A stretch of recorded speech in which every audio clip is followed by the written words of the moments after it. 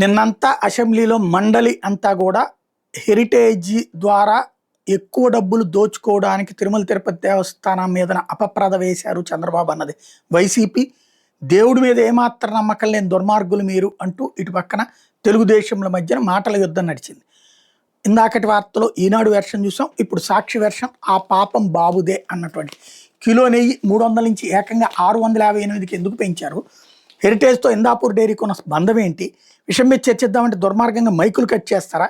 వాయిదా తీర్మానం మీద చర్చకి ఎందుకు భయపడుతున్నారు?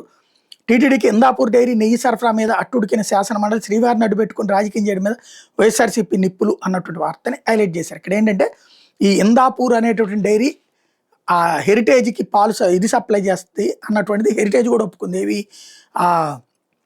పాల అదనపు ఉత్పత్తులు. మరి పాలు ఉత్పత్తి చేయని డైరీ నుంచి నెయ్యి ఎట్లా వస్తుంది అన్నది వైసీపీ వాళ్ళ ప్రధానమైనటువంటి ప్రశ్న. ఈ ఇందాపూర్ డైరీని గతంలో తెలుగుదేశం హయాంలోనే బ్లాక్ చేశారు, మళ్ళీ ఇప్పుడు ఎలా ఇస్తున్నారు? హెరిటేజ్తో లింక్ కాబట్టి ఆనాడైనా ఈనాడైనా, అప్పుడు కూడా ముందు రద్దు చేసి మళ్ళీ ఇచ్చారు. ఇందాపూర్ మీద ఇంత ప్రేమ ఎందుకు? నెంబర్ 1. నెంబర్ 2, అదే ఇందాపూర్ కావచ్చు, లేకపోతే ఇప్పుడు సంగం డైరీ కావచ్చు, వీళ్ళందరూ మొన్నటిదాకా 350కి 400కి నెయ్యి అమ్మి ఇప్పుడు అకస్మాత్తుగా 650 700 అంటున్నారు అన్నటువంటిది వీళ్ళ ప్రధానమైనటువంటి ఆరోపణ. అవును, నెయ్యి అంత వాల్యూ పెరిగిందని చెప్పి మేము నమ్ముతున్నాము. ఇదివరకు 14 రూపాయల పాలు ఉన్నప్పుడు ఆ రేటు, ఇప్పుడు 45 రూపాయల పాలు ఉన్నాయి కాబట్టి ఆవు పాలు ఈ రేటుకి మేము కొంటున్నాం అన్నటువంటి తిరుమల తిరుపతి దేవస్థానం చెప్తుంది.